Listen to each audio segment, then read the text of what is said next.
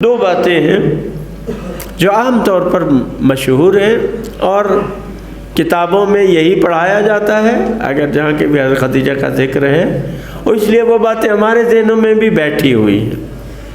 کیونکہ یہ جو ہمارا نصاب تعلیم ہے یہ آپ کو پتہ ہے کون لوگ بناتے ہیں، تو اس سے جو بچے ہیں ان کا ذہن بنتا ہے، جو بچوں میں یعنی بچپن سے چیزیں ذہن میں بیٹھ جائیں پھر ساری زندگی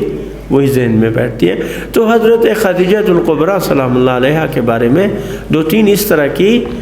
جو ہے غلط فہمیاں ہمارے ذہنوں میں موجود ہیں، اور وہ اس نصاب کی وجہ سے ہے، یا چونکہ ہم دوسروں کے نظریات پڑھتے ہیں تو لہذا ہمارے ذہن میں ایک یہ ہے کہ شادی کے وقت حضرت خدیجہ الکبریٰ کی عمر کیا تھی۔ تو اس میں جو ہمارے محققین کی تحقیق ہے اس وقت آپ کی عمر 28 سال اور دوسرے قول کے مطابق 25 سال تھی، یعنی اگر 28 سال والا لیں تو شادی کے وقت بی بی کی عمر حضور پاک سے 3 سال بڑی تھی، اور اگر 25 سال والا قول ہو تو ہم عمر تھی۔ تو یہاں کیا بتاتے ہیں کہ بی بی کی عمر 40 سال تھی، حضور پاک کی کیا ہے 25 سال ہے۔ تو ہمارے محققین نے بہت تحقیق کی اور واقعی انہوں نے ثابت کیا ہے کہ یہ بات درست نہیں ہے، 40 سال والی بات درست نہیں ہے، متعدد دلائل دی ہیں اس کے۔ ایک بات۔ دوسری بات جناب خدیجہ الکبریٰ سلام اللہ علیہا کے بارے میں یہ ہے کہ پہلے ان کی بعد میں کیا 2 شادیاں تھیں، اور پھر اس نے حضور پاک سے شادی کی۔ ادھر سے یہ بھی کہتے ہیں کہ وہ بی بی کو بڑے بڑے رشتے آتے تھے، اور بڑے بڑے سرداروں کے قریش کے رشتے آتے، بی بی نے سب کو ٹھکرا دیا۔ تو یہ بات دیکھیں اس سے کیا ہے تضاد رکھتی ہے کہ اگر بڑے بڑے رشتے اور بی بی نے ٹھکرا دیے، پھر ساتھ یہ بھی لکھتے ہیں کہ 2 اور لوگوں سے شادی کی، اور ان کا کوئی تاریخ میں نام و نشان ہی نہیں ہے، یعنی کوئی ان کی حیثیت نہیں ہے۔ ایک شخص کا نام لیا جاتا ہے کہ اس کے ساتھ بی بی کی شادی ہوئی، تو وہ کیا تھا اس کے بارے میں جو تھوڑا بہت تاریخ میں ملتا ہے وہ یہ تھا کہ وہ صحرا میں یہ لکڑیاں چن کے، یا یہ کانٹے دار جھاڑیاں ہوتی تھی سر، وہ چن کے لاتا تھا اور مکہ میں آ کے بیچتا تھا۔ تو اب آپ دیکھیں کہ ادھر سے بی بی کی اتنی شان و منزلت ہے کہ بی بی طاہرہ مشہور تھی، بڑے بڑے لوگ بی بی کے ساتھ رشتے سے خواہاں تھے کہ بھائی یہ رشتہ ہو جائے۔ قریش کی معزز ترین جو ہے وہ خاتون تھی اور مالدار خاتون تھی، اور ادھر سے ایسے شخص سے شادی کرے جو گمنام تھا۔ تو یہ سب جو ہے وہ کیا ہے تضاد ہے۔ تو دوسری بات یہ ہے بی بی کے بارے میں کہ بی بی نے حضور پاک سے پہلے کسی سے شادی نہیں کی تھی، بی بی جو ہے وہ کنواری تھی، اور یہ باتیں بھی یہ بنی امیہ نے اور باقی جو لوگ تھے، حکومتی مشینری جو تھی، ممکن ہے اس وجہ سے بھی پھیلائے ہوئے کہ تاکہ دوسروں کی عظمت جو ہے وہ بلند ہو جائے، کہیں کہ یہ تو بی بی تو بیوہ تھیں اور باقی کنواریاں تھیں تو ان کی جو ہے وہ اہمیت زیادہ ہے۔ تو یہ دوسری بات ہے۔ اور تیسری بات، وہ اگر شادی نہیں ہے تو وہ بچیاں بھی نہیں تھیں جو بی بی کے پاس جو ہے وہ رہتی تھیں، وہ بی بی کی بہن کی بیٹیاں تھیں، اور بی بی چونکہ یتیم پرور تھی، یعنی شادی سے پہلے بھی آپ کے بارے میں مشہور تھا، بہت سخی تھی بی بی، اور یتیم پرور تھی، بطور خاص یتیموں کی پرورش کرتی تھی۔ تو یہ بچیاں بھی یتیم تھیں، تو یہ بی بی کے گھر میں جو ہے وہ پلتی تھیں، بی بی نے ان کو پالا ہے۔ اور عربوں میں یہ عام سی بات تھی کہ جو بھی لے پالک بیٹا یا بیٹی ہوتی تھی تو اس کو وہ بیٹا ہی، انہی کا بیٹا ہی سمجھتے تھے، اور آج بھی تقریباً اسی طرح سے لوگ اولاد لے لیتے پھر ان کو پالتے ہیں تو وہ انہی کی اولاد ہی شمار ہوتی ہے۔ تو اس وجہ سے یہ بات بھی جو ہے وہ کلیئر ہو جاتی ہے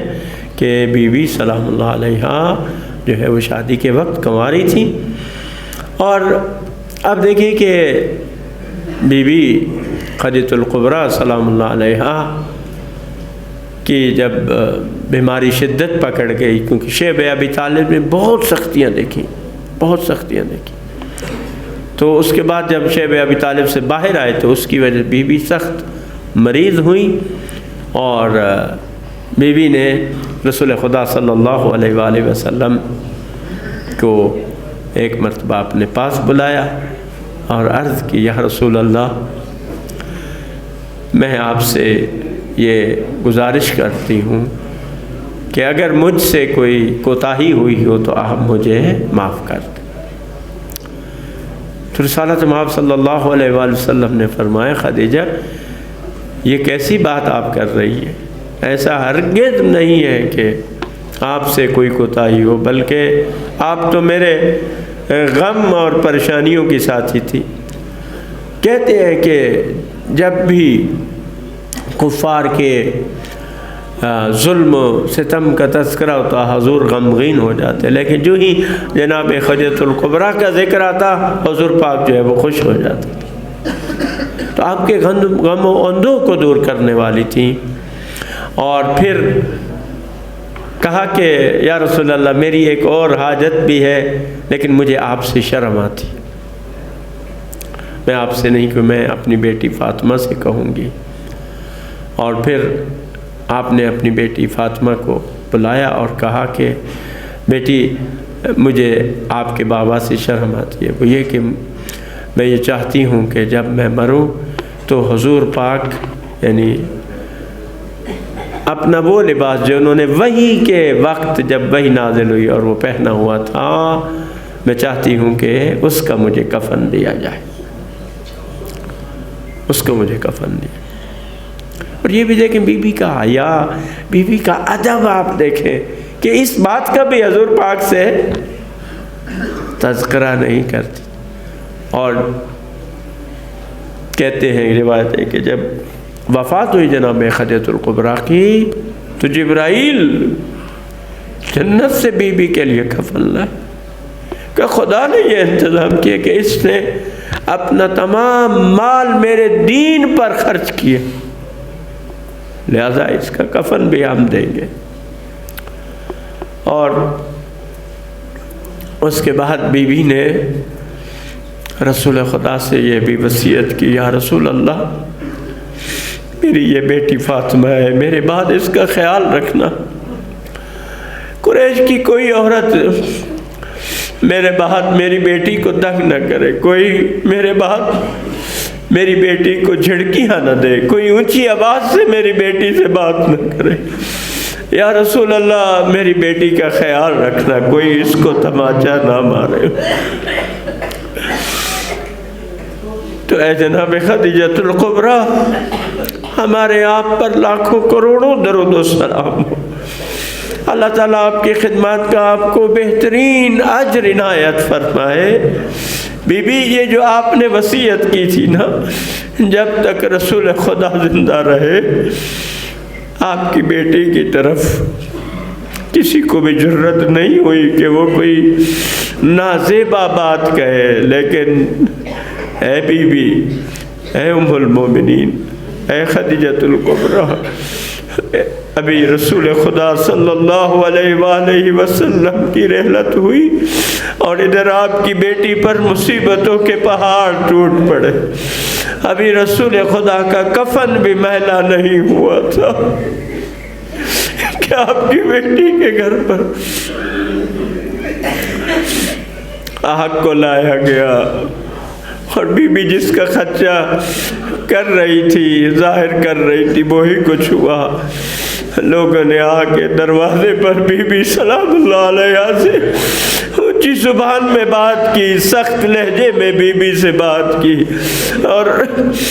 بی بی کو جھڑکیاں دی، بی بی کے دروازے پر آ کر بی بی کو دھمکیاں دی۔ اور پھر بی بی نے کہا نہ کوئی میری بیٹی کو تماچے نہ مارے، لیکن اسی بی بی خدیجۃ الکبریٰ کی بیٹی کو اس میں تماچے بھی مارے گئے، بی بی کو ضربات لگائی گئی جن کے نشانات آخر دم تک بی بی کے بدن اطہر پر موجود رہے۔ ہمارے سلام ہو حضرت خدیجۃ الکبریٰ سلام اللہ علیہا کی عظمت پر، اور پروردگار رسول خدا صلی اللہ علیہ وآلہ وسلم کی اس با وفا ساتھی غمخوار بیوی کو ان کی خدمات کا خدایا بہترین اجر عنایت فرما۔ پروردگار ایسا اجر دے کہ جو آپ نے